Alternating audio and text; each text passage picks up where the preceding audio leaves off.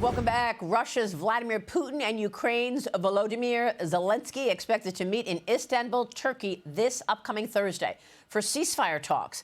Now, while Zelensky says he will be there, Moscow has yet to confirm Putin's attendance. President Trump remaining optimistic about this meeting. Watch. Don't underestimate Thursday in Turkey. President Erdogan is going to be a great host, but I think you're going to have maybe a good meeting. You have the potential for a good meeting, that a meeting wasn't going to take place. I insisted that that meeting take place, and it is taking place. And I think you may have a good result out of the Thursday meeting in Turkey between Russia and Ukraine. And I believe the two leaders were going to be there. In fact, President Trump, while he's in the Mideast this week, he told reporters yesterday he might join those talks in Turkey Thursday. Watch. I was thinking about flying over. I don't know where I'm going to be on Thursday. I've got so many meetings, but I was thinking about actually flying over there. There's a possibility of it, I guess, if I think things can happen, but we got to get it done. Joining me now is Special Presidential Envoy for Ukraine and Russia, Lieutenant General Keith Kellogg. General, it's great to have you this morning. Thank you so much for all of your work on this and your leadership. What are you expecting from this meeting? Well, Maria, it could really be a superb meeting. I know President Zelensky is going to be there. I just talked to the Ukrainians, both Umarov, the defense minister, Zelensky, and also their chief of staff, and I want to confirm he's going to be there. He will be there on Thursday. We're hoping President Putin shows up as well, and then President Trump will be there. This could be an absolutely incredible meeting with him. You know, we've already got what we call the term sheet. The term sheet means these are the areas that we think they need to negotiate, they need to talk. We came through Paris and then in London a couple weeks ago, came up with them. And if we can get to this, we can get peace, I really believe, pretty fast if all three leaders sit down and talk. You know, President Trump, he has the art of the deal. He really knows how to make it work. And if he shows up, if Zelensky will be there and Putin shows up, I think we're a lot closer to a deal than many people think. And the first thing we'll go to is obviously a ceasefire, hopefully out of that, 30-day ceasefire, then build ongoing peace negotiations. But, you know, we're ready to go. We'll be there, and we'll see what happens. That is incredible, General, the amount of progress that you all have made in terms of leading this. What would that peace look like? Tell us about that term sheet and what the areas specifically are that they need to get into. Well, look, first give full credit to President Trump. He's the one who's driven this thing. You know, this war didn't start on his watch, but he's been very, very consistent on trying to get to a peace deal. So give President Trump full credit for it with his personal relationships. The first thing we want to get to is a comprehensive ceasefire, air, sea, land, infrastructure. And then from there you build on to territory. As an example, we talk about there's 5 major oblasts. They're called really, they're states. You've got Luhansk in the north, you've got Donetsk, and then you've got Zaporizhia, Kherson, and Crimea. And the discussion is, what does that look like? And on the territory, we're saying, look, freeze in place. If you're on the land that you currently have, that you're sitting on because you've battled for it, then that's where we're going to start basically the negotiations from. That's going to be important. We talk about Zaporizhia, the nuclear power plant, which is the 3rd largest in Europe. We talk who's going to run that. We've said repeatedly we would assist in opening that plant up. It'll take a while to do so, but actually to get that thing operational and getting power to the entire region. We're talking about bringing the children home. You know, President Trump brought that up with Zelensky, is bring the children home, 20 to 30,000 that have been missing. And even President Zelensky says some we may not get home, but hopefully get them home as well. We're talking about NATO as well, the engagement of NATO. What does NATO look like? We were actually saying this may be a time, we hate to say this to Ukraine, but this may not happen in the near term, maybe something in the future, but not right now. And then we talk about the resiliency force, and this is a force of what they call the E3, but it's actually now E4. When you're talking about the Brits, the French, as well as the Germans, and now actually the Poles have a force west of the Dnieper River, which means it's out of contact range, and then to the east you have a peacekeeping force, and what it would look like with a third party involved with that. So you can actually monitor a ceasefire. So we have this thing pretty well planned out. We looked at it. This term sheet is pretty extensive.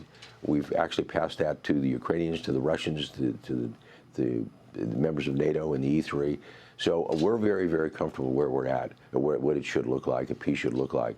Obviously, with negotiations, it's not going to be perfect. It never is. But there'll be some give and take. We fully understand that. But it's important we stop the killing, and that's what President Trump wants to do. He said that repeatedly, and I think this is a chance to do it. Look, Marie, it's the largest war in Europe since World War II.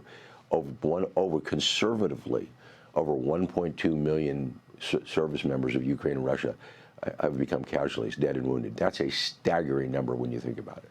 Absolutely staggering. I mean, that term sheet is so important in terms of this framework that you all have put together. Do you have any sense of where Putin is on those issues, like the nuclear reactors and the actual regions like Crimea?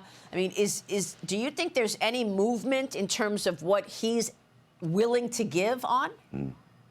You know, Maria, we really don't. But look, their terms are reasonable, and I mean, that means both sides won't like you. When you're actually reasonable, you're trying to get into a position where the war is going to stop. We're not sure where he's at.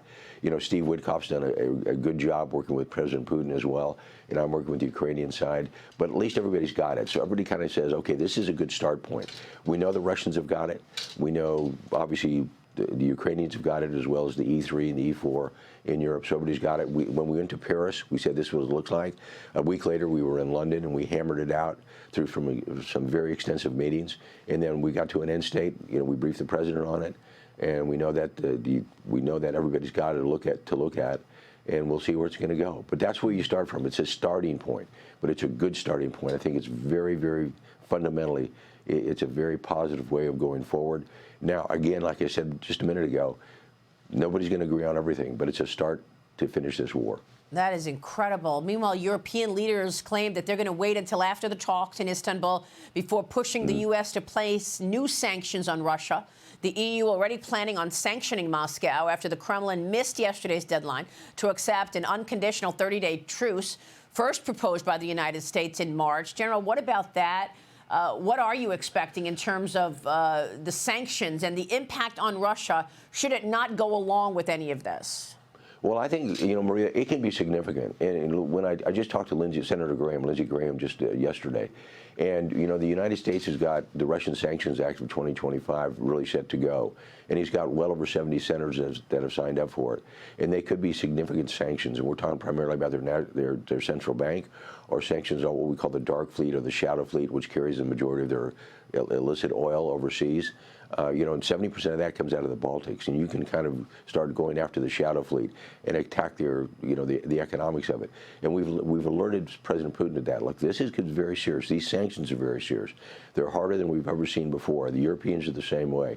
And you've got people like Chancellor Merz, the new Chancellor of Germany, who's very, very hard on the new sanctions, which coming out, and which is good. You know, President Trump has said repeatedly, Maria, he wanted the Europeans to stand up. They are now standing up. It's taken them a while to get there, but they're well standing up. You saw what happened in Kyiv just a couple of days ago, when you had Tusk of Poland, you had Merz of Germany, you had Macron of France, and Starmer of Great Britain, all there, all in Kyiv, all talking to President Zelensky. They picked up the phone. They actually called President Trump and had a good call with President Trump. So everything is starting to move in sync. Is it perfect? No. But I think we're moving to places we haven't been before. And again, it's full credit to President Trump driving this. He's been driving it from day one. And the closer we get, the better it's going to be to end this war. And this war needs to end. It needs to end now. Absolutely. And then, you know, there was that iconic photo of all of those European leaders sitting there with the cell phone talking to President Trump on the phone. But General, what do you want to see in terms of that maximum campaign? Nobody knows maximum pressure campaigns like President Trump, which he's put on Iran. A word on Iran. I know you're knee-deep in the Russia-Ukraine situation, but President Trump is on the ground right now in Saudi Arabia, and I'm wondering what kind of progress comes out of that with regard to the other main issue on the table, which is Iran. Yeah, you know, I think that it's a great question, Maria, but I would say I'd give everybody fair warning. Do not mess around with President Trump. Don't do that. Don't go there, because he'll make things really, really hard on you. And I think what he's trying to do is eliminate the ability for them to have any type of nuclear capacity. You know, there's other nations out there that have that use nuclear materials, but it's brought in, for example, South Korea. This is what we're saying to them. You don't need to go there. You don't need to enrich your uranium, especially the weapons grade. Yeah. By the way, we just saw a ceasefire led by President Trump between two nuclear powers, India and Pakistan. So we've seen him at work. General, it's great to see you. Please come back soon. We so appreciate all of the information. Lieutenant General Keith Kellogg, thanks for your leadership, sir. Thanks, Maria.